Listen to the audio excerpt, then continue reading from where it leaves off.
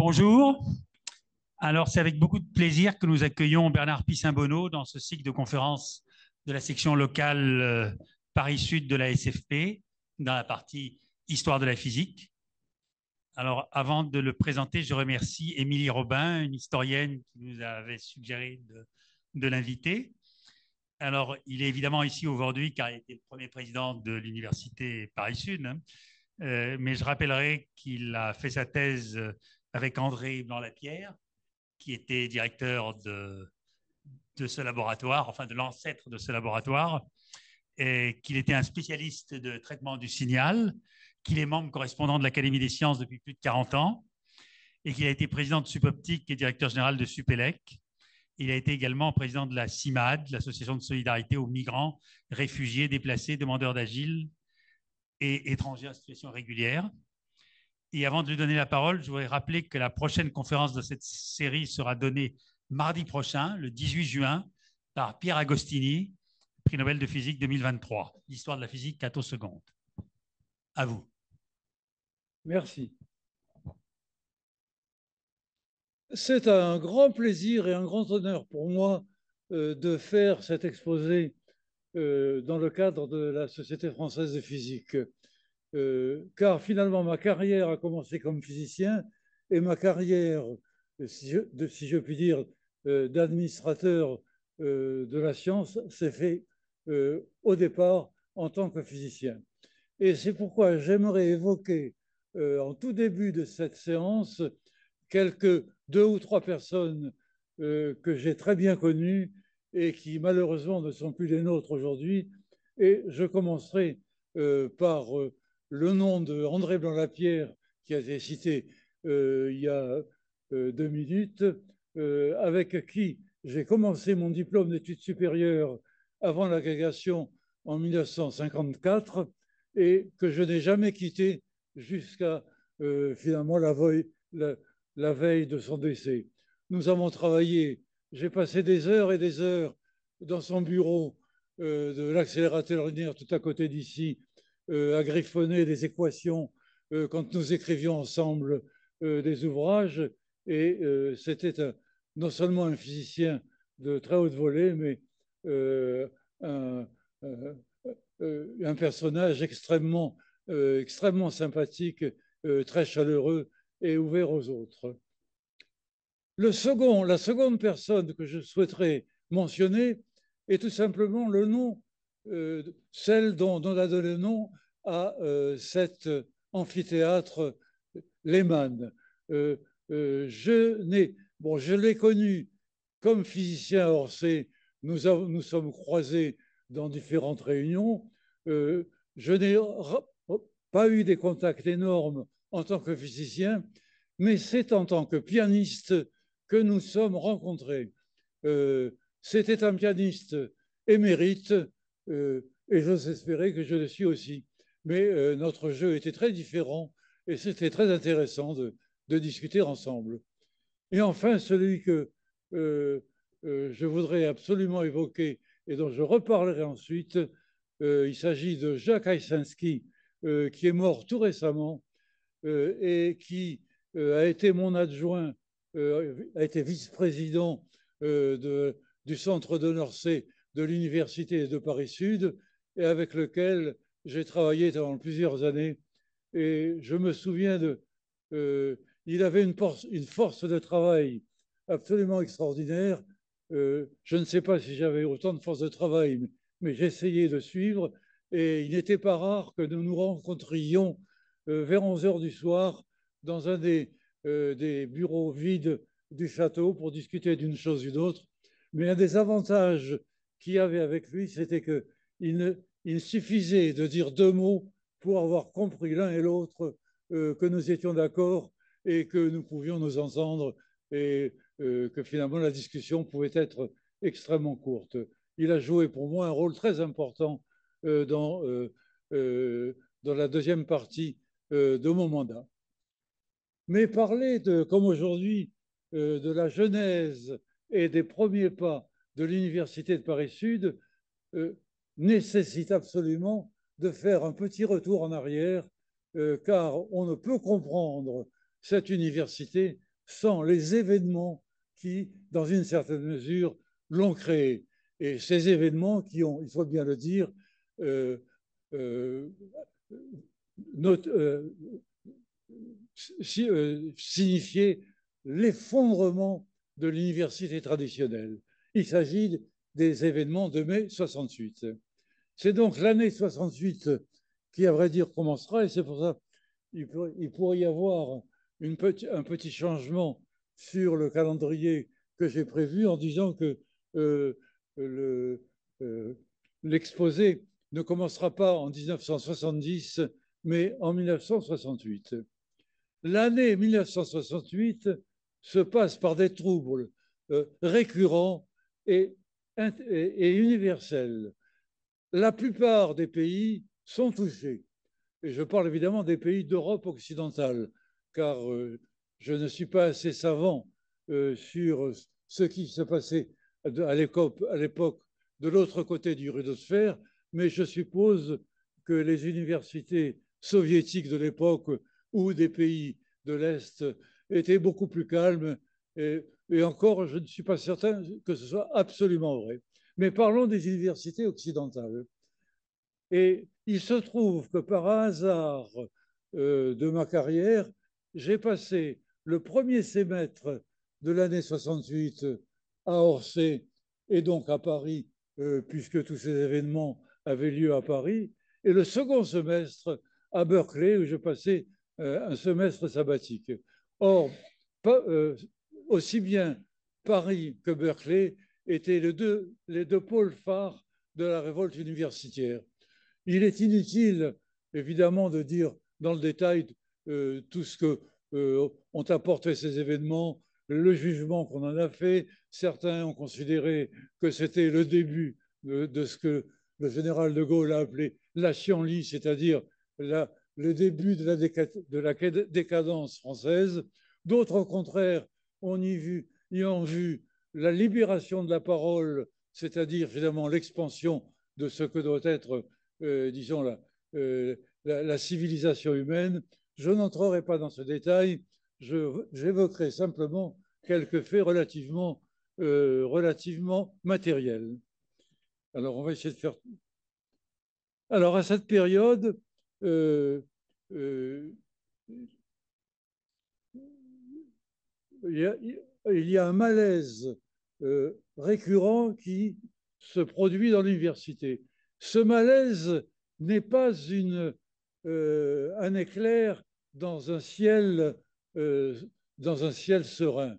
Beaucoup d'intellectuels, et en particulier du groupe de la revue Esprit, avaient déjà 2 ou 3 ans avant parlé du malaise de l'université, malaise lié en partie à la croissance extraordinaire du nombre d'étudiants.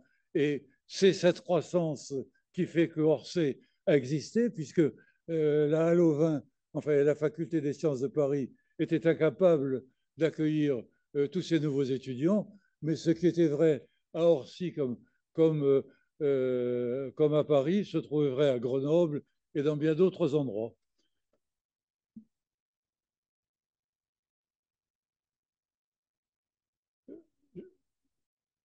On a également invoqué, je ne fais que le citer ceci, la première génération, après le boom des naissances, la première génération d'étudiants qui n'ont pas connu la Seconde Guerre mondiale.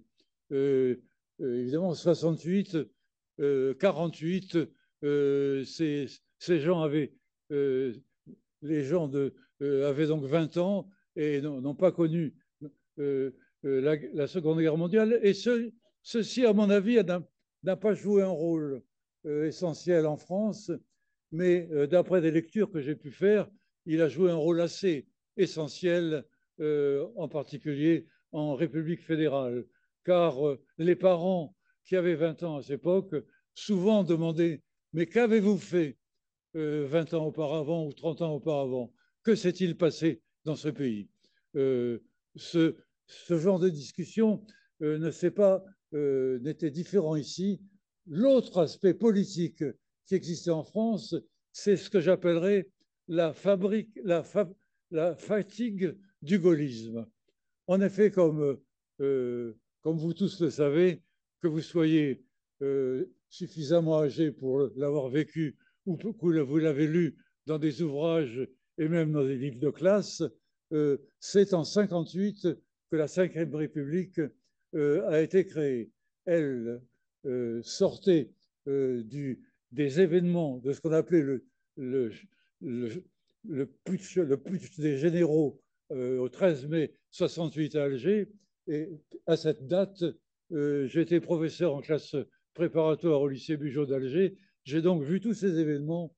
Bien entendu, je n'y ai pas participé, mais on sentait l'atmosphère et par toute une série de péripéties, au-delà, au demeurant d'ailleurs très habile, De Gaulle a pu finalement abolir la 4e République et instaurer la 5e. C'était au même moment le début des 30 Glorieuses. Mais 10 ans après, en 68, beaucoup déjà disaient qu'ils en avaient assez du général de Gaulle et ceci l'a entraîné à faire immédiatement après les événements de 68 la dissolution de l'Assemblée nationale. On croirait que c'est aujourd'hui. Nous sommes dans la même situation, mais il n'y a pas un de Gaulle, je crois, qui s'apprête à prendre un succès aussi extraordinaire, puisqu'il a obtenu une majorité plus qu'absolue, une presque unanimité, et il a pu relancer, mais ça n'a pas empêché 2 ou 3 ans après d'échouer sur un référendum sur la décentralisation et la suppression du Sénat qui a définitivement arrêté sa carrière. Mais le malaise du gaullisme était assez présent parmi les étudiants. Ces événements ont été parfois violents, voire même très violents. On a vu ainsi s'ériger dans le boulevard Saint-Michel de véritables barricades, au point que vers le début mai 68, puisque ça s'est plus ou moins terminé après le 13 mai, alors que nous habitions encore à Palaiseau, des amis sont venus me voir en me disant, mais est-ce que vous ne croyez pas qu'il faut quitter la capitale? Est-ce qu'on n'est pas à la veille d'une révolution et se réfugier dans nos maisons de vacances? Je souriais à ceci, mais en fait, je crois quand même que les événements étaient assez graves, au point que le préfet Grimaud de l'époque, que connaissait bien un de mes cousins, qui était à l'époque stagiaire à l'EANA, il avait dit qu'il fallait tout faire pour éviter un clash. Et ça a été la constante de tous les pouvoirs de la Ve République face aux révoltes étudiantes, c'est-à-dire éviter ce qui s'est passé une fois ou deux, c'est-à-dire qu'il y ait un décès. Et à ce titre, je crois je vais vous lire cette page, enfin cette phrase assez remarquable du préfet de police de l'époque qui s'adressait à ses policiers en disant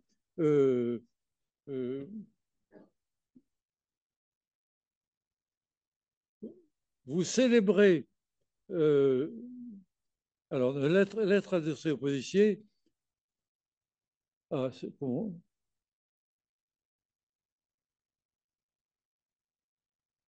En clair, il leur disait que toute violence faite aux policiers était en fait une violence à eux-mêmes et atteignait les racines de la démocratie. En fait, ce préfet a été un peu censuré, mais je crois que c'est probablement, d'après les informations que j'ai pu avoir après, grâce à lui, que finalement la révolution n'est pas arrivée à Paris. La situation était particulièrement tendue en 2 lieux, Nanterre et la Sorbonne. Les événements de Nanterre sont ceux qui ont fait commencer les troubles universitaires et ont duré pratiquement toute l'année.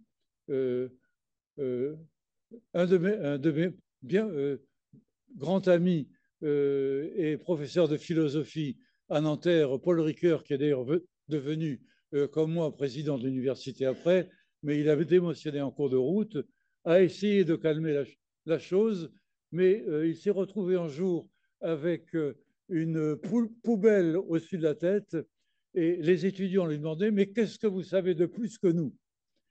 Il a réfléchi quelques minutes et il leur a dit cette simple phrase, j'ai un peu plus lu que vous. Euh, et puis, tout semble s'être arrêté, mais pas suffisamment pour qu'il puisse rester finalement à son poste. Au contraire, Orsay a été très calme. Euh, je me souviens très bien que tous les examens se sont passés, les examens de juin, 7 septembre, sans problème. Euh, et le doyen Poitou, il mettait l'œil en permanence, il regardait un peu tout ce qui se passait, il suivait de très près les choses. Et on a souvent parlé, dans le cas d'Orsay, ce qui est encore vrai aujourd'hui, de l'effet campus, c'est-à-dire un campus qui est bien entretenu. Et Poitou avait recruté un très grand nombre, au moins une vingtaine de jardiniers pour que le campus soit bien entretenu. Je montrerai tout à l'heure les crédits qu'il avait obtenus pour cela. Et ces jardiniers ont certainement joué un rôle dans le calme, dans le calme qui s'est produit. Le seul moment où j'ai vu de l'agitation à Orsay a été vers la fin de l'année 70, c'est-à-dire juste avant l'installation de l'Université de Paris-Sud, au moment où le ministre Edgar Faure essayait d'encourager les étudiants à suivre, à aller voter comme c'était prévu par la loi. Et dans le bâtiment 210, qui est juste derrière celui-ci, où j'avais mon bureau, je commençais à entendre des bruits et un vacarme de plus en plus important du côté du château. Et ce que j'arrivais à décoder, et j'y suis allé un peu après pour voir ce qui se passait, c'était simplement élection, prêts à con, piège à con. Et cette phrase, répétée des milliers de fois, a créé le départ d'Edgar Faure que M. Poitou a très habilement substitué par un jeu de voitures astucieux pour que personne ne s'aperçoive qu'il passait. Mais enfin, il n'a pas pu faire son discours. Il est vrai que nous avons probablement manqué là un effet oratoire extraordinaire parce que c'était un tacticien d'une habileté fantastique et un orateur non moins fantastique. Et je pense qu'il aurait peut-être amadoué les fameux étudiants s'il avait pu encore prolonger un peu son séjour. Sauf que peut-être que je me trompe, que la colère des étudiantes était suffisamment forte. On peut donc considérer euh, que Orsay s'est bien tenu dans toute cette période. Et on arrive alors ensuite, que va-t-il se passer dans l'été? C'est la question qui angoisse tous les politiques pour la raison suivante. D'une manière générale, et c'est encore vrai aujourd'hui, les politiciens sans français sont très peu familiers du monde universitaire. Et je dis bien du monde universitaire au sens propre, car beaucoup ont fait l'ENA, donc peuvent dire on fait de l'enseignement supérieur, mais ne connaissent pas le monde universitaire.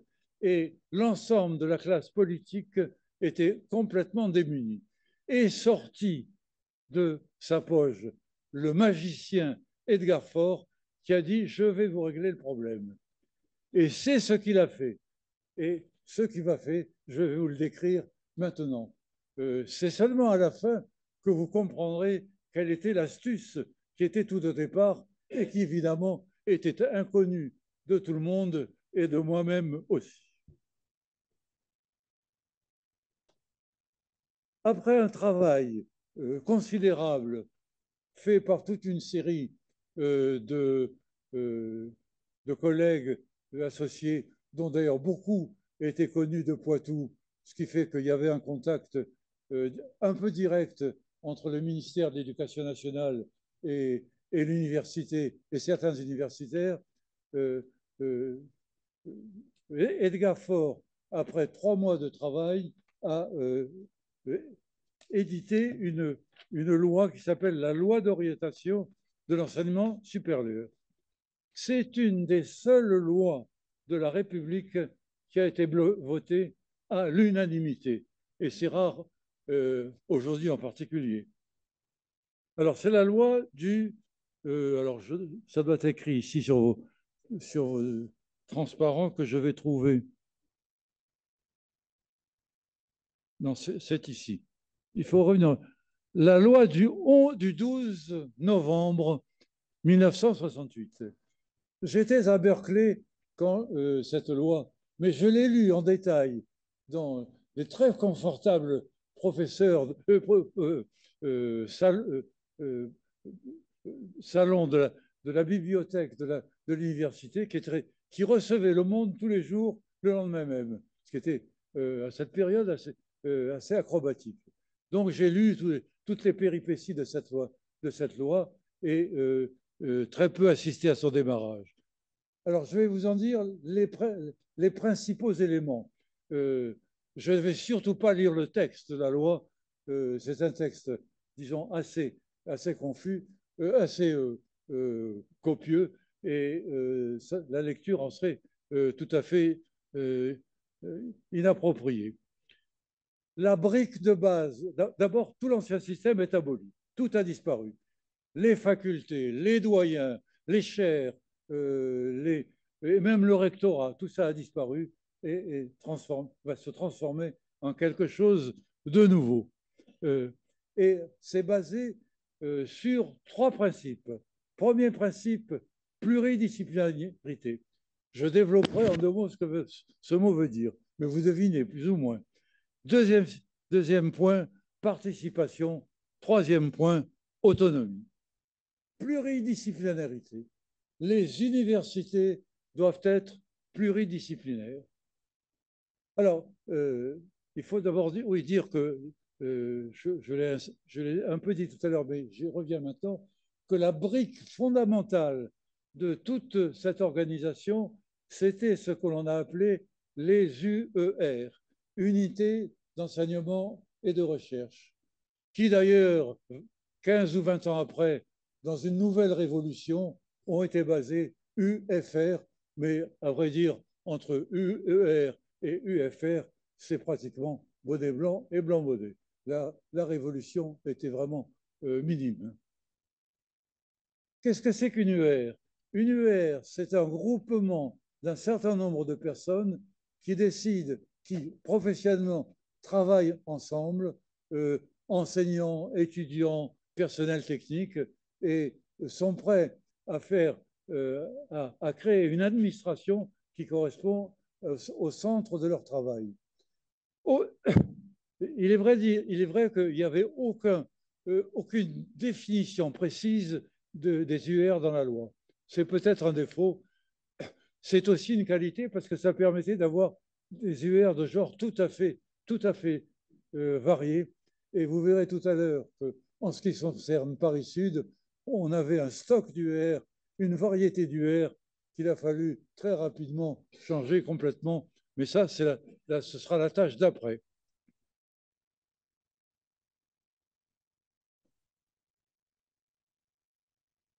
Alors, un point, la pluridisciplinarité renversait d'office le rêve que évoquait un certain nombre de nos collègues, de mes collègues à l'époque, de la faculté des sciences de Paris, qui disaient, mais il n'y a qu'à finalement ressusciter l'ancienne en université, l'ensemble Paris-Orsay.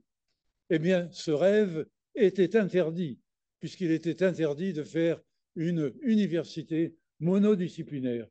Et je dirais que ça a été interdit de manière alors véritablement massive, car le rêve du doyen Zamanski de l'époque était un rêve assez puissant pour encourager beaucoup de collègues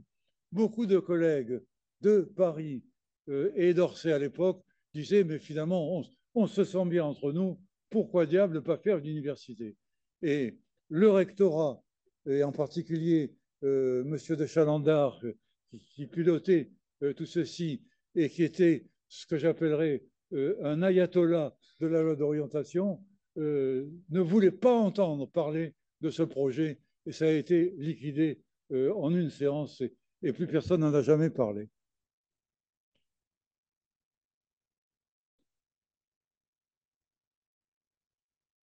Alors, la magie d'Edgar Faure était la suivante. Elle commence à ceci. Comme on part de zéro et qu'on veut construire quelque chose, il va bien falloir travailler. Et ce travail, comme ce travail doit se faire dans la participation, les étudiants vont y participer. Conséquence, eh bien, il n'y aura plus de mouvement étudiant. C'était relativement vrai, car il est vrai que l'année 69 a été assez calme, en dehors de l'évocation de ce qui s'est passé à Orsay tout à fait à la fin 70. Dès lors, le travail des constituants a d'abord constitué à établir, d'abord, trouver la forme de ces UR. C'est quand même assez difficile, si vous imaginez de vous retrouver dans la même situation qu'il y a 50 ans. Vous aviez une faculté qui avait un doyen unique, qui avait un conseil d'université unique et qui avait encore des chaires, alors que les chaires ont maintenant disparu. Et on demandait à toutes ces personnes, faites des regroupements. Alors évidemment, il y a des regroupements qui sont devenus évidents. Que les mathématiciens veuillent se regrouper entre eux, ça paraît évident. Ils parlent le même langage et sont souvent les seuls à parler ce langage. Donc, ils peuvent que les physiciens en fassent autant. C'est peut-être un peu moins vrai. D'ailleurs, ils étaient moins fanatiques que ça de se regrouper uniquement en physiciens. Mais peu à peu, l'idée de faire des UER par discipline, puisque la pluridisciplinarité n'est valable qu'au niveau de l'université, mais pas de l'UR. Les UR euh, euh, peuvent être monodisciplinaires. Elles ne le sont pas nécessairement, mais peuvent l'être. Et il restait quelque chose au milieu de tout ça. Que va-t-on faire de l'enseignement? On a donc imaginé un système croisé des UER horizontales et des UR verticales. Vous me direz quel était le nord et quel était le sud, quel était l'horizon et quel était le nord-sud. Alors, les UR horizontales, c'était les UR de spécialité.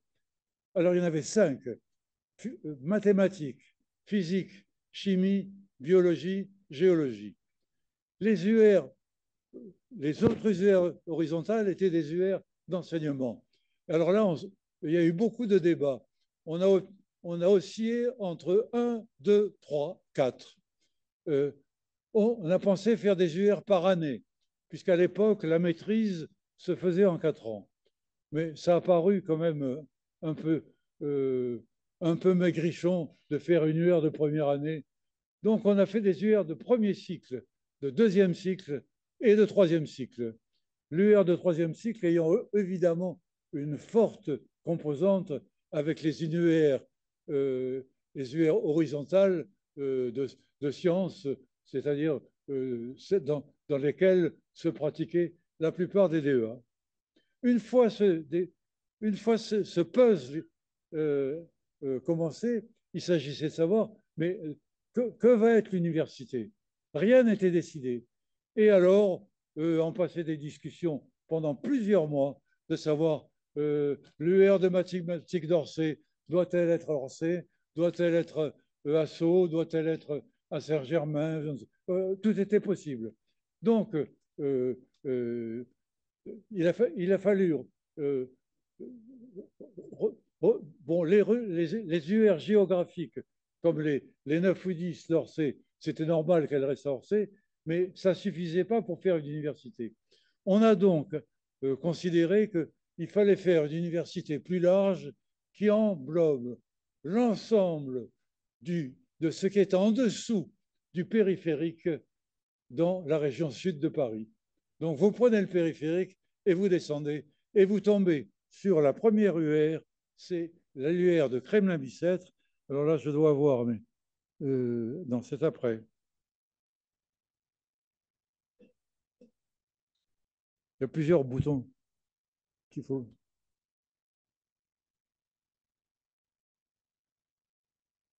Bon, ben, je vais le faire de tête.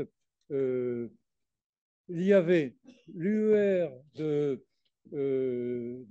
Kremlin-Bicêtre, qui était médecine. Ah, nous y sommes, oui. L'UDR de alors Châtenay-Malabry, c'était la faculté de pharmacie.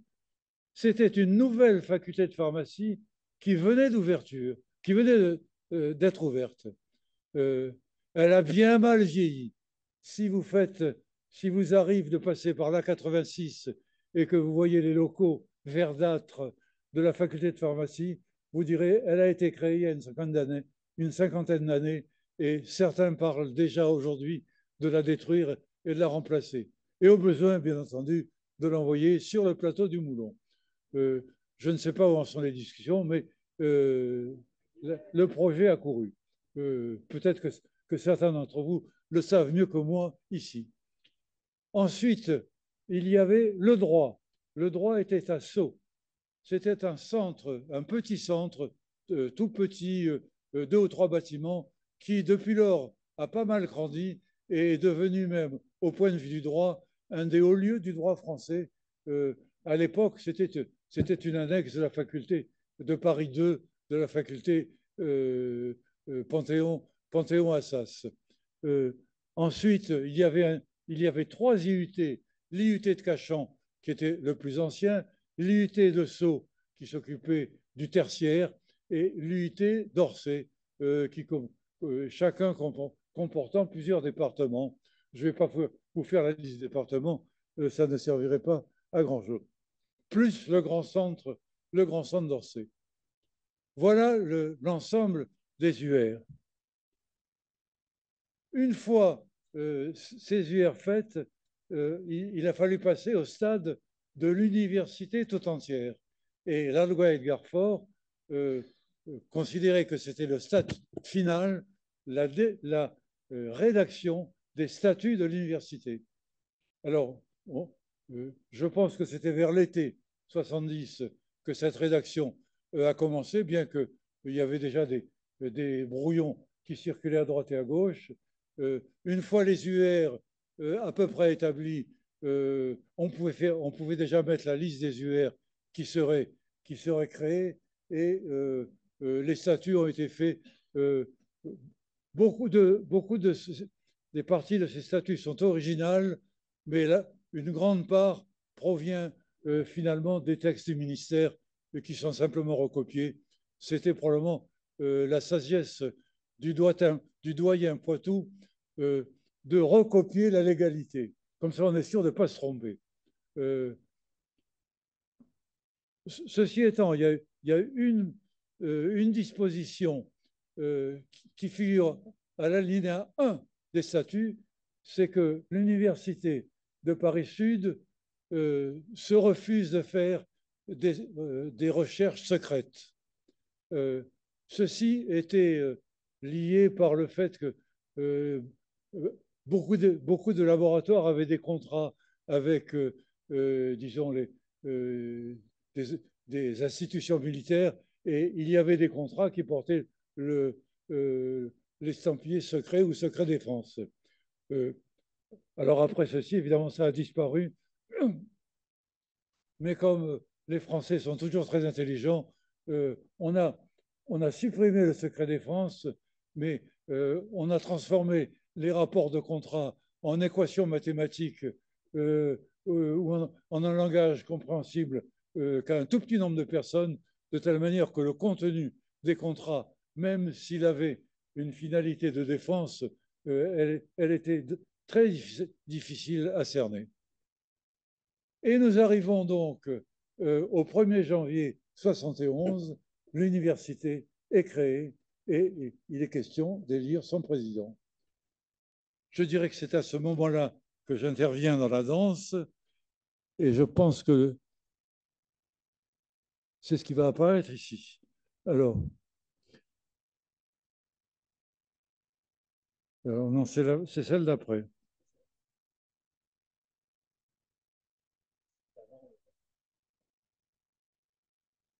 Je n'ai pas mis la date, mais elle doit être quelque part. Voilà, début 71. Voilà. Mon élection date du 12 février 71. Alors, peut-être importe-t-il de savoir comment était composé ce conseil qui allait prendre cette décision. Alors, je ne l'ai pas marqué dans le papier, mais finalement, j'ai fait un rajout sur la composition du conseil. Les conseils d'UR comportaient au maximum 40 personnes. C'est déjà pas mal pour trouver chaque fois 40 personnes qui viennent régulièrement. C'est pas facile à faire. Le conseil de l'université comportait au maximum 80 personnes. Dans ces 80 personnes, il y avait 16 enseignants A. Alors, enseignant A, à l'époque, ça veut dire professeur et maître de conférence de l'époque. 4 enseignants, 6 enseignants B, c'est ce qui étaient les maîtres assistants et les maîtres assistants et les chefs de travaux. Et puis 4 C, ce sont les assistants. Ce qui fait 26 enseignants contre 22 étudiants. Vous voyez donc que ce conseil, sans être dominé par les étudiants, était quand même, la participation était largement respectée. De toute façon, ces chiffres étaient obligatoires. Il n'était pas question d'en changer. Si on prenait 80, il fallait arriver à cette proportion. Beaucoup d'universités, non pas beaucoup, mais un certain nombre d'universités ont considéré qu'un conseil plus petit serait plus efficace et ont pris des. C'était d'ailleurs mon avis. Je pensais qu'il serait préférable d'avoir moins de monde, mais enfin, c'est comme ça que ça s'est passé. Alors ensuite, il y avait 8 représentants des chercheurs. Alors ça, c'est une catégorie qui est assez propre à Orsay, car Orsay à Paris, enfin, dans les grandes universités scientifiques, où vous avez des laboratoires dont la majorité des chercheurs sont des chercheurs professionnels appartenant par exemple au CNRS ou à d'autres institutions. Ils ont une petite place, mais une place petite, mais une petite en nombre, mais importante, parce que c'est des voix qu'on n'entendait pas souvent antérieurement, et même pas du tout. Le conseil de faculté, qui était tout puissant dans l'assemblée de faculté qui a élu le doyen Poitou, ne comportait que des enseignants. Ça montre quand même la différence avec la nouvelle loi. Il y avait en plus 9, ce qu'on appelle ATOS, c'est-à-dire administratif, personnel, ouvrier de service, et puis en plus 15 personnalités extérieures. Et cette élection des personnalités extérieures a fait dès le départ un problème. Et je constate que dans la nouvelle université de Paris-Saclay, qui vient d'élire il y a 2 ou 3 jours son président, un des grands problèmes a été précisément le choix des personnalités extérieures. Car selon que vous preniez telle ou telle personne. Alors, on disait souvent, il faut prendre un grand scientifique. D'autres disaient, mais un grand scientifique, ce n'est pas nécessairement quelqu'un qui est nécessaire dans un conseil d'administration. Donc, il fallait panacher entre les grands scientifiques qui n'étaient pas professeurs de l'université, donc d'autres collègues, ou qui étaient directeurs de recherche au CNRS. Enfin, c'était très compliqué. Et je dirais que ça a eu des discussions jusque même après mon élection, puisqu'il y a eu encore 2 ou 3 postes qui n'étaient pas élus. Et de même, il y avait, il y a eu pendant l'année 70 et 71 un conseil provisoire d'université, puisqu'il fallait bien un peu gérer, qui était donc qui était dirigé par un juriste et qui était dont un des vice-présidents était Madame Solier-Seïté, qui a été ensuite ministre ou secrétaire d'État aux universités.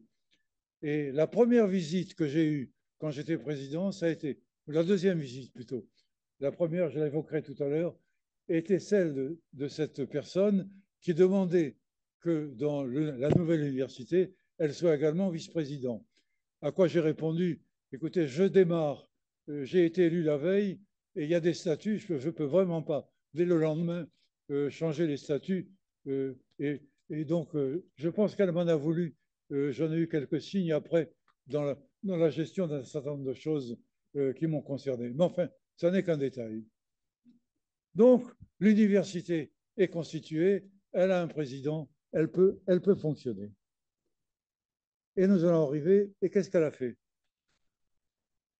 Alors, quelle heure est-il maintenant? Combien de temps me restez-vous? Car je peux parler encore 2 heures, hein, mais j'aurai lassé tout le monde. Ce sera devant une salle vide. Pardon? 15 minutes, je vais essayer.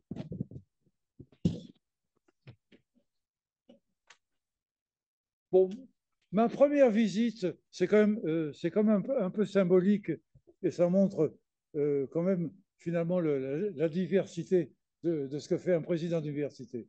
La première visite, bon, après, oui, première remarque, euh,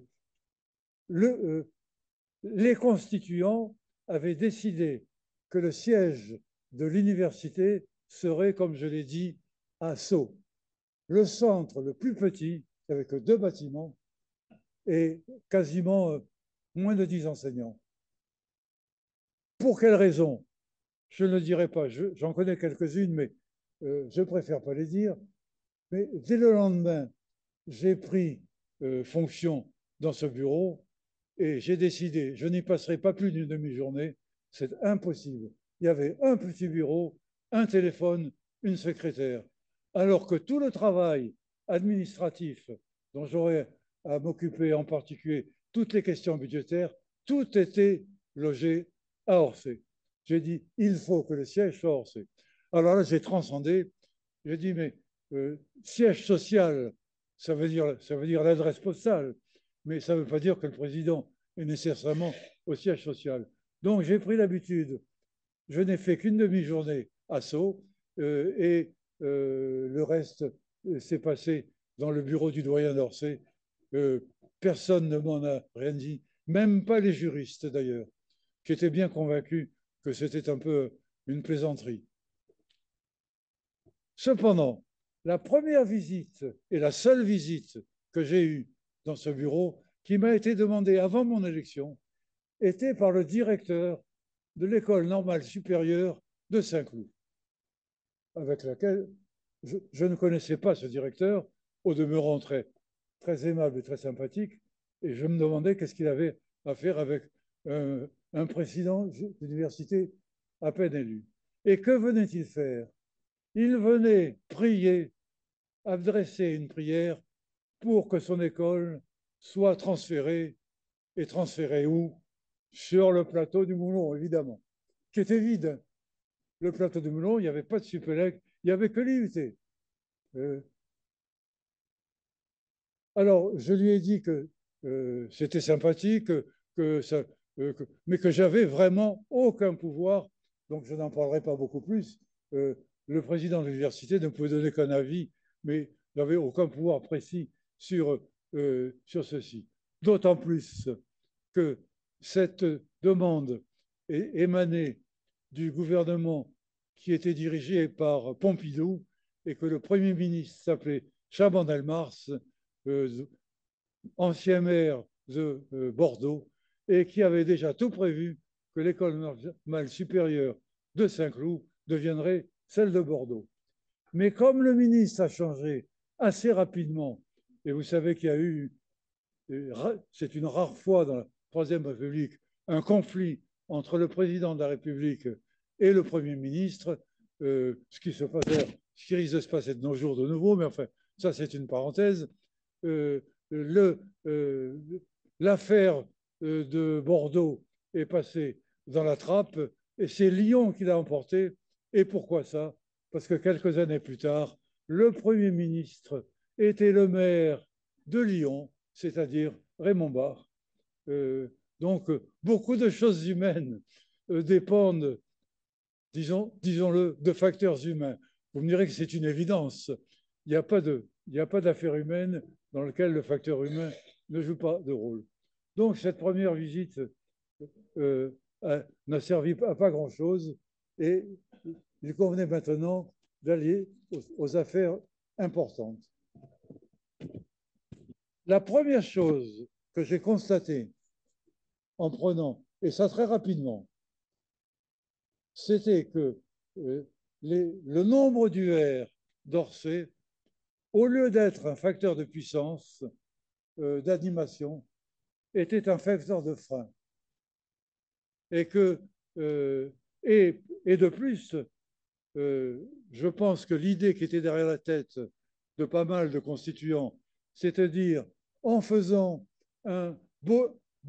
beaucoup d'UR avec beaucoup de directeurs d'UR et de plus un président basé à Sceaux, ce président sera relativement impuissant et puis finalement tout se gérera entre nous sur place à Orsay. Mais ce n'est pas ce qui se passe parce que dès que vous avez à résoudre un problème entre le premier cycle de mathématiques et le troisième cycle aussi de mathématiques, il faut bien faire appel aux mathématiques. Donc déjà réunir trois UR et même un peu plus peut-être premier cycle, deuxième cycle et puis les disciplines. Et comme ces gens, finalement, entre elles, trop petites, ne s'entendaient pas, on disait oh ben, on va quand même demander au vice-président. Et comme le vice-président disait qu'il n'avait aucun pouvoir, il disait ça relève du président. De sorte que remonter à cadence accélérée des problèmes dont je n'avais que faire et pourtant qui me venaient simplement parce qu'il y avait, une impossible décision du système dur actuel. J'ai alors commencé à réfléchir à cette question. Et ça m'a pris 3 ans, puisque près de 3 ans, puisque c'est en 1973 que l'affaire a changé. J'ai commencé à dire que ce système était inviable. L'ensemble de mon conseil d'université m'a, si je puis dire, agressé, certains agressés d'ailleurs, oralement et bien entendu et poliment, en disant mais c'est insensé, on vient de créer ceci, vous n'allez pas faire un changement un tel, ça marche très bien, etc. Alors je me suis dit, c'est impossible de changer, les esprits ne sont pas mûrs pour cela. J'ai donc changé la méthode et j'ai commencé une méthode qui a été assez méthodique parce que je l'ai étalée sur chacun de mes conseils d'université. J'ai régulièrement montré tous les problèmes que l'existence de tant d'UR à Orsay posait à la présidence de l'université et donc au conseil d'université lui-même, car il y avait trop de problèmes à résoudre et qui n'étaient pas du domaine de ces institutions. Et peu à peu, j'ai senti que ça commençait un peu à bouger. Les gens disaient, mais oui, il a peut-être un peu raison. Euh, J'ajoute d'ailleurs, en ce qui concerne les UR, que j'aurais dû ajouter ça un peu avant, je crois que c'est marqué dans les notes, qu'en dehors des UR dites non dérogatoires, il y avait des UR dites dérogatoires. Alors je ne sais pas si vous savez ce que c'est que ces UR dérogatoires. Euh, il y a une sorte de, bon, une règle dans la jurisprudence ou chez les praticiens du droit qui dit que plus une université prévoit de dérogations, plus elle est riche de potentiel. C'est-à-dire que si une loi est faite pour tout le monde, et pour toute la France et qu'elle est complètement ficelée, on bloque le système et rien ne marchera. Résultat, dès le deuxième article de la loi d'orientation, il est dit qu'il est possible de déroger à la loi qu'on est en train d'écrire, la loi d'orientation nationale supérieure, moyennant avis du conseil d'université, de ceci, de cela, et surtout du recteur et du ministre. Se sont enfournés dans cette, euh, euh, dans cette voie immédiatement deux sortes d'UR. Les UR médicales. Alors les UR médicales, et nous en avions une chez nous, qui est Kremlin-Bicêtre. Bon, tout le monde sait que les facultés de médecine anciennes étaient un peu un État dans l'État et pouvaient jouer ce rôle de l'État dans l'État par leur double statut, de même que les enseignants sont à la fois enseignants et puis praticiens hospitaliers, les facultés de médecine sont à la fois facultés d'enseignement où on fait des cours de médecine et praticiens hospitaliers où on fait ça dans les centres hospitaux universitaires. Alléguant de cette idée, la plupart des médecins, si ce n'est l'unanimité, voire peut-être peut-être même l'Académie de médecine, je m'en souviens plus, et l'ordre des médecins, on dit il faut que les UR médicales soient dérogatoires. Qu'est-ce que ça veut dire, dérogatoire? Cela veut dire en particulier que leur budget est affecté directement par par le ministre, qui ne peut pas être discuté et modifié par le conseil de l'université, par le président de l'université. Donc, ça veut dire qu'il y a une certaine autonomie moi, personnellement, ça ne me dérangeait pas. Et j'ai eu toujours des relations extrêmement amicales avec la plupart des médecins qui étaient d'ailleurs extrêmement ouverts sur notre université. Mais l'esprit de ceci était évident. Donc, dès le début, il y a eu toute une série d'UR dérogatoires. Mais il y a eu une deuxième série d'UR dérogatoires. L'accélérateur linéaire et l'IPN, qui étaient des UR. Elles étaient forcément dérogatoires, puisque dans une certaine mesure, c'était des UR uniquement d'enseignement.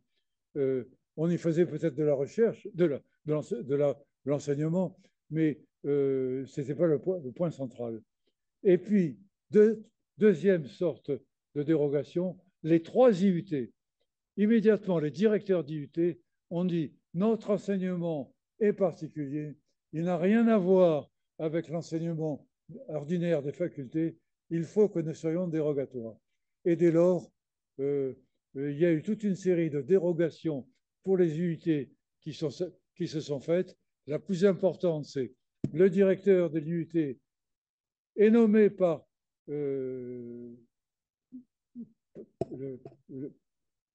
par le conseil de l'UIT, mais sans passer par le président. Il n'est pas nommé par le président de l'université, ça passe simplement par lui, mais sans voix délibérative, et c'est directement fait par le ministère. Donc, voilà l'essentiel sur les dérogations. Je reviens à mes UR.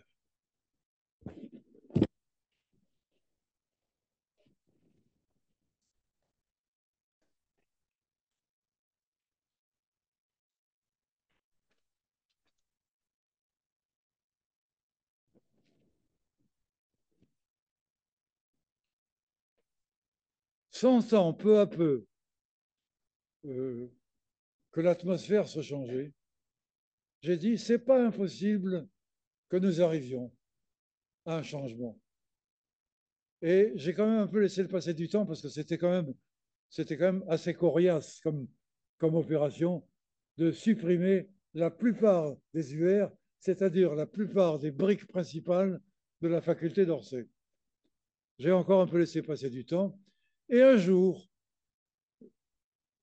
pour expliquer ceci, il faut quand même que j'explique que le conseil d'université de Paris-Sud, qui m'a élu, sans doute pas à l'unanimité, mais au premier tour et de manière très facile, était composé d'un groupe très puissant que nous appelions faute de mieux, le groupe syndical, dans lequel il y avait des syndicats d'enseignants, de techniciens, et ça n'avait rien de normal. Et d'ailleurs, le droit syndical était explicitement écrit dans les statuts. Mais dans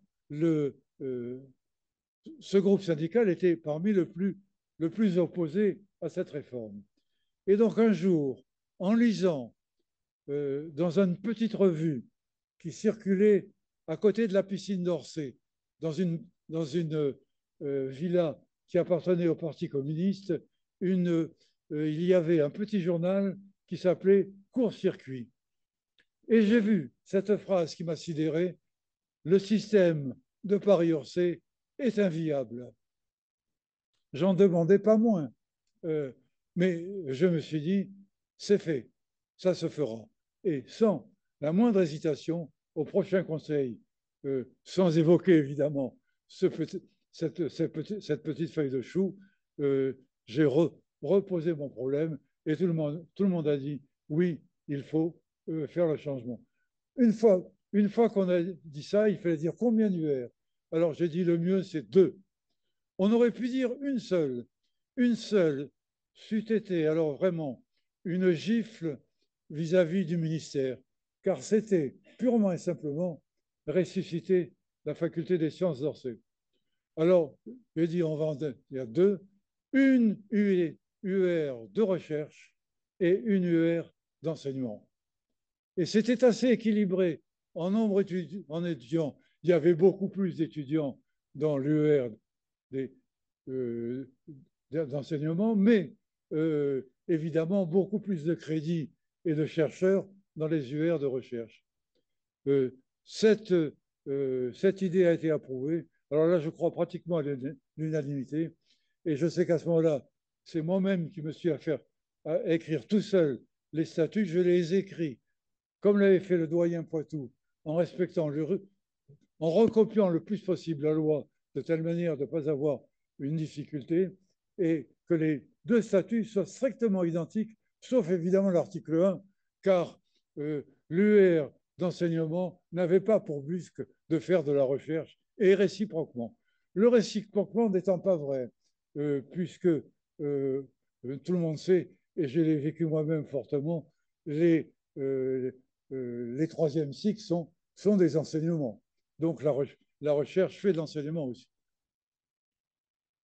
Ces statuts ont été votés et restait à passer au stade d'après. Le stade d'après, c'était que ce soit entériné par le ministère, par le rectorat, le ministère, et que ça passe au journal officiel. La première visite au rectorat par deux recteurs, dont l'un dont je me souviens très bien de lui, deux aussi étaient très ouverts, mais ce jour-là, ils ont été sidérés en disant, mais vous venez de créer 5 UR ou 8 UR et vous voulez passer à 2, mais c'est contraire c'était contraire à rien de la loi. Je leur ai convaincu qu'il n'y avait rien de contraire. Et ils l'ont reconnu. Donc, ils ne pouvaient pas mettre un avis défavorable. Donc, finalement, sans doute, en soupirant et en disant, mais quand même, en voilà un qui va loin, mais ils n'ont pas pu donner un avis négatif. C'est monté au ministère et sans difficulté, vers le printemps 73, les deux UR avaient été créés et nous sommes la seule université en France où ceci a été fait. Je parle d'universités qui sont des grandes universités dans des grandes villes, c'est-à-dire où il y a des campus avec des disciplines diverses. Par exemple, une petite université comme Besançon, ça fait pas de problème qu'il n'y aura qu'une seule université. Donc, on peut la diviser en UR comme on veut. Je dirais que c'est la réforme que je crois la plus importante que j'ai faite. Et d'ailleurs, tous les successeurs l'ont reconnu, l'ont même approuvé. Et je crois même, plus ou moins, qu'à un moment donné, les deux sont devenus un. Et que il y a un moment où on a recommencé à parler du doyen de la faculté des sciences. Je pense que c'était du temps de Pérez y Jorba. Je me souviens, ou peut-être de Robert, enfin, je ne sais pas la date. Mais enfin, il ne devenait pas inconvenant de dire il y a une faculté des sciences avec un doyen. Et puis après, l'habitude est refaite. Et maintenant, tout le monde s'est revenu dans les habitudes. Vous me direz que ça fait beaucoup de travail pour revenir au zéro, mais on n'est pas revenu au zéro. C'est-à-dire qu'il y a quand même toute une série de ce que je pourrais appeler d'acquis, c'est-à-dire la pluridisciplinarité. Ça a quand même beaucoup servi en recherche. L'accord avec les médecins a joué beaucoup parce que la faculté de Crébin-Bicêtre est une des plus avancées en recherche. Il y a des sommités que j'ai retrouvées à l'Académie après. Et puis, la faculté de pharmacie était aussi très bonne. Sceaux est devenu un fleuron du droit. Donc, je dirais que ça n'a pas euh, euh, ce changement n'a pas amoindri la qualité du service. Et la deuxième chose et dernière que je vais évoquer maintenant, c'est la question que j'appelle ici coordination de recherche et du campus.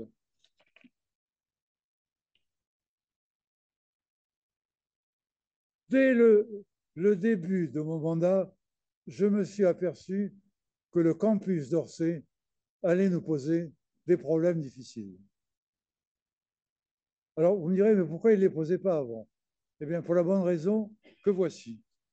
Du temps, et qui n'a pas été long, puisque c'était de 65 à 70, c'est-à-dire 5 ans dans lesquels il y a eu 2 doyens, qui ont déjà pu, il y a eu Gergerard et Poitou.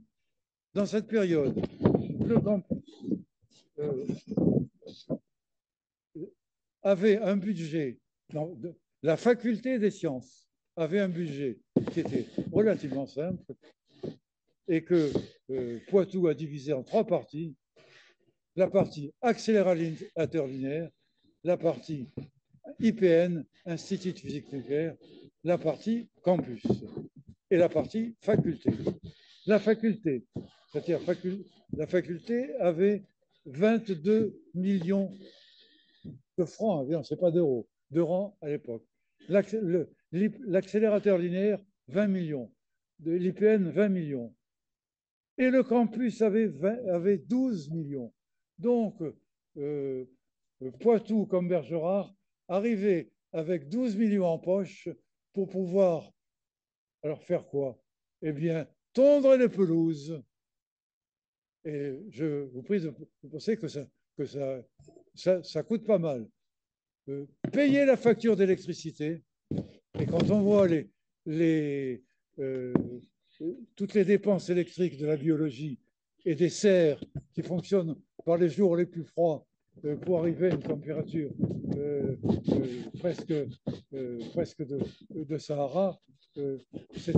Et alors, une des dépenses les plus importantes, curieusement, c'était le téléphone. Le téléphone, au point d'ailleurs que de mon temps, on a changé le central pour avoir un système plus filtrant. Donc, il y avait une ligne directe pour le campus. Et cette ligne a complètement disparu dès le lendemain dans le décret financier qui suivait la loi d'orientation.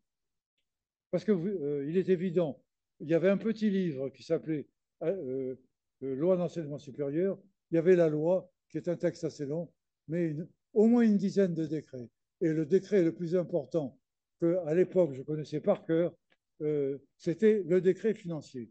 Décret financier dans lequel Poitou a joué un rôle parce qu'il avait pas mal d'acquaintances avec des mathématiciens qui eux-mêmes avaient une entrée au ministère, et il avait fait voter cette simple phrase: les crédits de recherche ne peuvent être votés que par des enseignants. Car on craignait énormément à cette époque, parce que le crédit de l'université se décomposait en 36-11, c'est-à-dire enseignement, 36-15, recherche. Et les crédits de recherche, donc, Seuls les enseignants avaient le droit de... C'était une petite phrase de Poitou, mais qui pesait son pesant d'or, on peut dire, et qui nous a beaucoup servi. Il faut dire que beaucoup de gens d'Orsay avaient également un certain nombre de portes dans les milieux ministériels. Je dirais le plus connu, c'est Bernard-Pierre lui-même. Il était de la même promotion à l'école normale que Georges Pompidou. Donc je pense que toute une série de problèmes qu'il avait à résoudre devaient être, peut-être pas résolus, mais en tout cas facilités par rapport à un ministre totalement inconnu. Alors, pour en revenir au campus, ces fameux 12 millions d'euros, de francs que j'ai cités, disparaissaient. Alors, que se passait-il? Il y avait, il a fallu donc faire toute une série de discussions. Dans le, et là, j'ai fait acte, disons, presque de comptable, au point que c'était des calculs assez savants de proportions. Comme sur le campus, il y avait des établissements très variés, le CNRS, l'INDP3, alors que maintenant le CNRS de nouveau, le CNRS, le CEA en partie, d'autres établissements, et que ces lieux étaient des lieux de recherche dans lesquels il y avait un nombre important de personnel, en particulier au CNRS.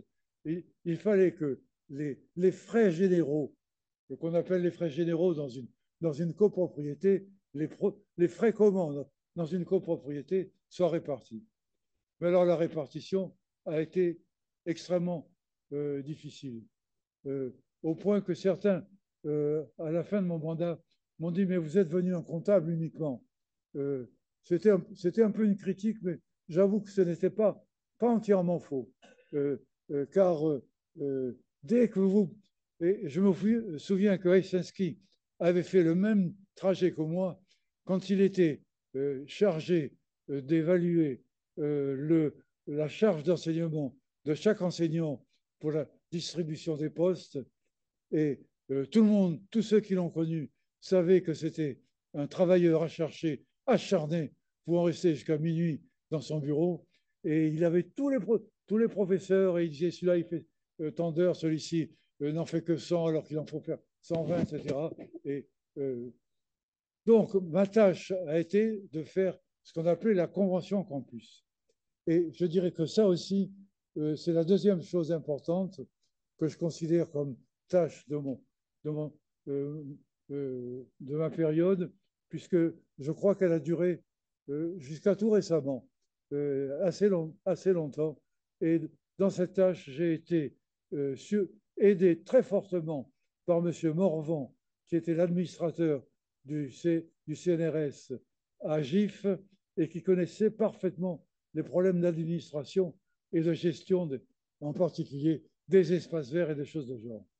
Donc, je dirais, mais les deux actes essentiels que j'ai souhaité rappeler sont la réduction des UR à 2, donc réduction d'un facteur plus que 5 de leur nombre, simplification et d'autre part une création raisonnable et partagée par l'ensemble des participants des frais de campus, des frais généraux du campus d'Orsay, qui sont devenus considérables. Et pour terminer, si l'on n'avait pas fait cela, et ça je l'avais écrit même dans un article dans Le Monde, on serait arrivé à la situation ahurissante que tous les crédits de 3611, c'est-à-dire calculés sur le nombre d'étudiants, c'est-à-dire pour assurer l'enseignement, auraient été envoyés au campus, c'est-à-dire pour faucher l'herbe et la pelouse. Donc, on serait devenu non pas une faculté d'enseignement, mais une faculté de pelouse.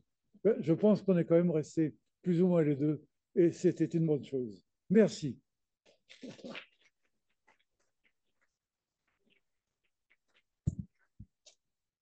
Merci beaucoup.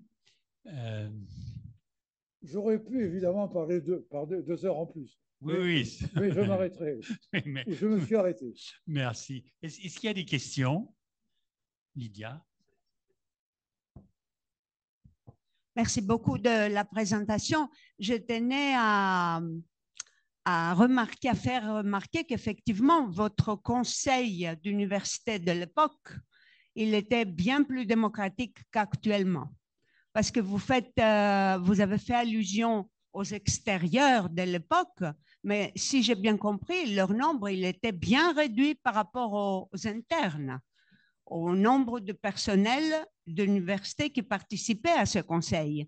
Tandis que maintenant, le problème vient du fait que dans cette nouvelle université, on a 50% de personnes extérieures et très souvent, il s'avère que les grandes décisions qui impactent l'université sont basées sur les avis des extérieurs qui n'ont pas beaucoup d'implications, disons, sinon ils ne travaillent pas à l'intérieur de l'université.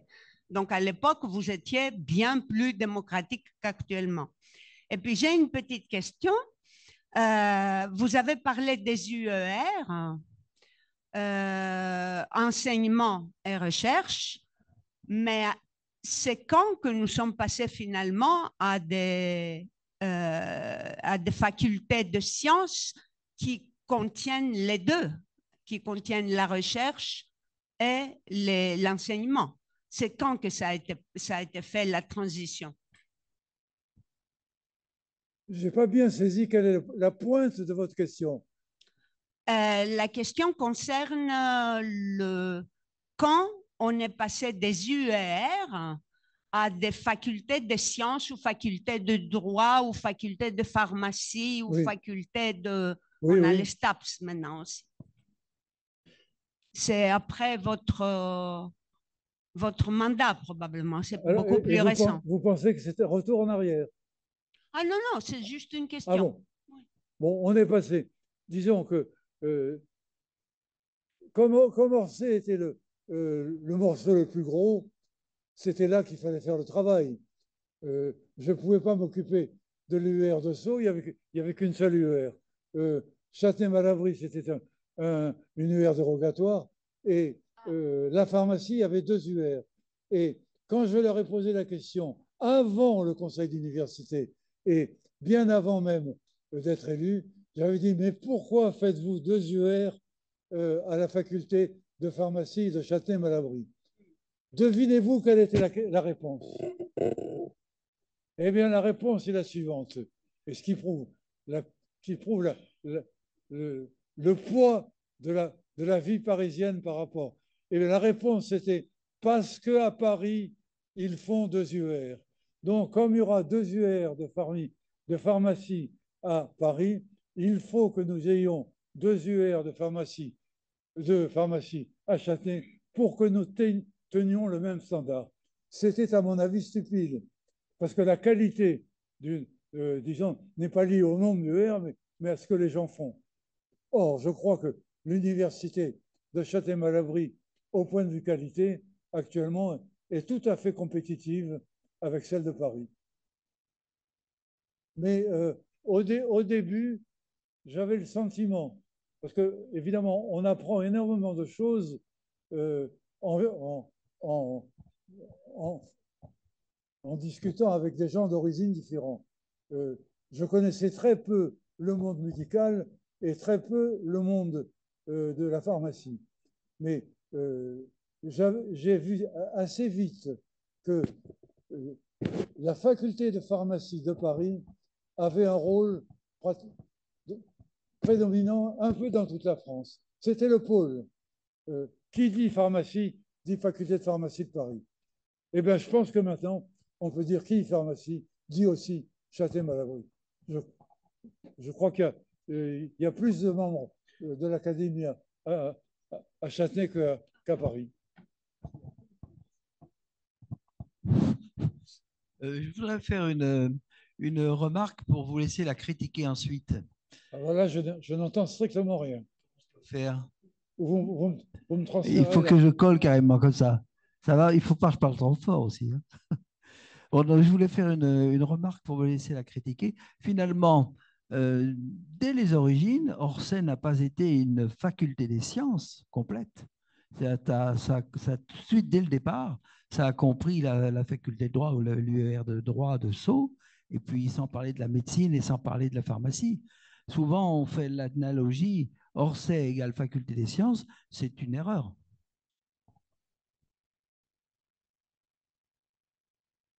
Le droit, c'est pas vraiment de la science. Asso, ah non, mais c'est pas la même institution, faculté. Ah bah oui, non, mais voilà une précision intéressante parce que on fait un peu la confusion entre l'université Paris-Sud et l'université d'Orsay. Quelle est? Et faculté d'Orsay, c'est ça. Donc, mais Monsieur Pissin-Bonneau était président donc de l'ensemble c'est ça. Je vois que la société de physique n'est pas la société d'acoustique et D'accord, j'entends assez mal quelle est la pointe de votre remarque. Bien entendu, si vous avez des critiques à faire, à la fois sur l'exposé et sur ce que j'ai fait, je suis prêt à les écouter. Voilà. Alors que maintenant, c'est le dernier président de l'Université Paris-Sud qui va poser, Ouais, alors bonjour Alain Sarfati. Effectivement, d'abord, je vous remercie pour l'exposé et je suis particulièrement ému d'être en votre présence, le premier président de l'Université Paris-Sud. Moi, effectivement, je suis le dernier puisque l'Université Paris-Sud est devenue l'Université Paris-Saclay. Donc, c'est particulier. Alors, je voulais juste répondre, mais je crois que les gens l'ont fait. Là, effectivement, on ne parle pas de la faculté des sciences d'Orsay, on parle de l'Université Paris-Sud. Et donc, effectivement, dès le début, dès la création de l'Université Paris-Sud, elle est composée d'un certain nombre de composantes. Et pour répondre, pour donner des éléments à Lydia, c'est la loi Savary qui a créé les UFR, où enseignement et recherche étaient plus effectivement distincts, mais cette dualité dualité onde-corpuscule, pardon, la dualité formation-recherche, qui doit être regroupée, donc qui ont été créés. Voilà. Et si je pouvais poser une question au professeur Pissin-Bonneau, dans les trois éléments que vous aviez donnés, la loi Edgar Faure qui disait donc participation, interdisciplinarité et autonomie. Mais est-ce que vous considérez qu'il y avait une autonomie suffisante dans la mesure où les universités à cette époque-là avaient quand même beaucoup de choses qui étaient guidées, téléguidées, dictées par le ministère? Alors, je reconnais que j'ai peu participé, peu discuté de l'autonomie. C'est un peu volontaire, car je constate que l'autonomie est affirmée en 1968 et 50 ans ou 40 ans après, Madame Pécresse fait une nouvelle loi qui s'appelle loi de l'autonomie. C'est-à-dire que l'autonomie est un but quasiment inaccessible. Je partage un peu ce point de vue. Comment peut-on être autonome quand on dépend quasiment à 100% de l'État? Alors, il y a une solution évidemment directe. C'était celle que suggérait le directeur du CNRS, M. Curien, qui un jour m'avait dit la seule solution, c'est de dynamiser le ministère de l'enseignement, de l'éducation nationale. Il faut que toute l'administration centrale disparaisse si on veut être autonome.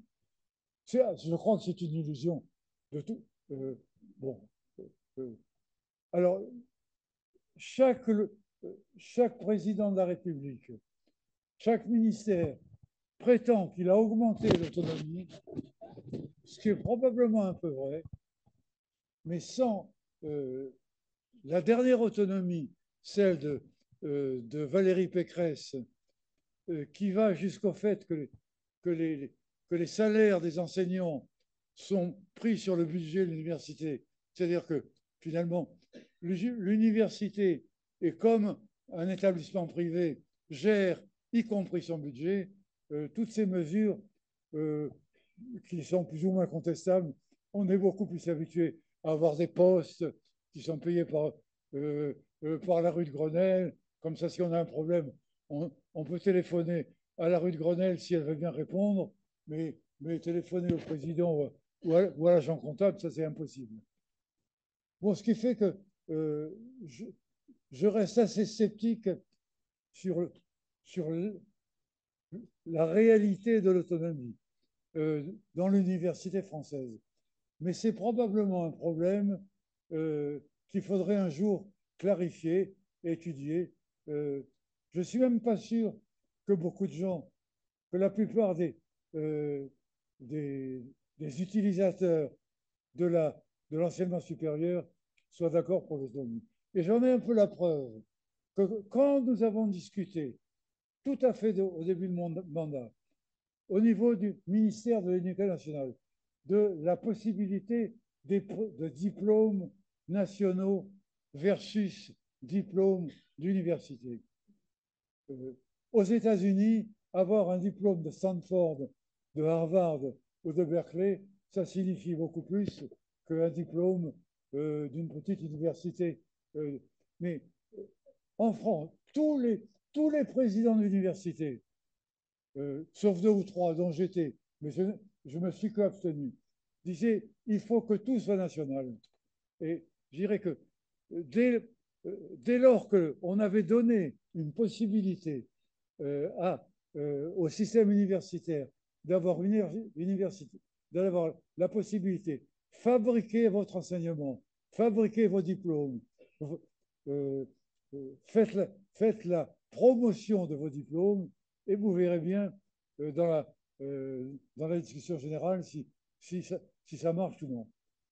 Alors qu'on a fait, la plupart des présidents d'université ont dit on veut des diplômes nationaux sur une liste nationale et estampillés par le ministère de l'Éducation nationale.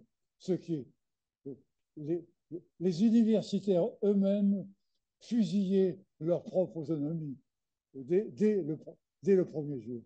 Ça, du point de vue mental, ça m'avait beaucoup troublé, à vrai dire. Et je me demandais d'ailleurs si j'avais raison ou tort.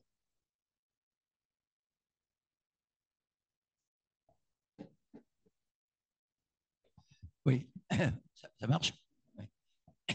Je voulais citer une anecdote relative au ministre Edgar Faure. Le jour où il est venu à Orsay, pardon, plus près?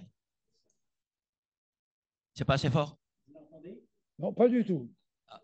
Mais si vous pouvez me résumer, c'est très bien.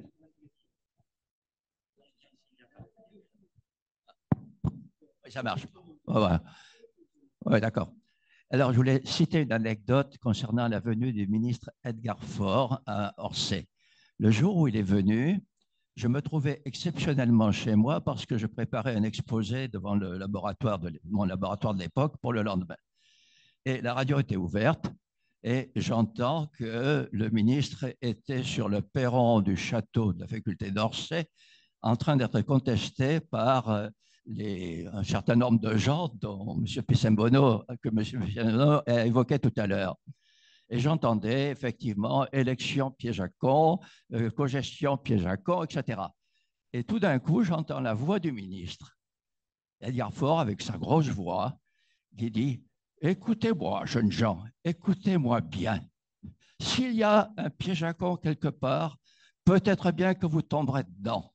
Mais moi, jamais. » C'est extraordinaire.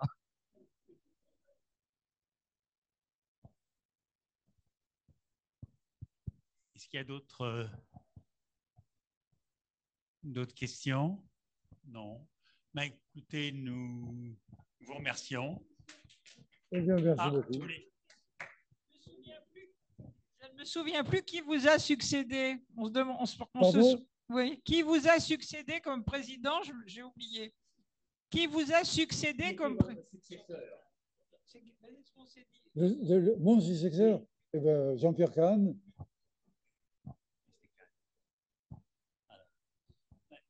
Il y a eu après Coudan, Robert, etc. Et toute une série.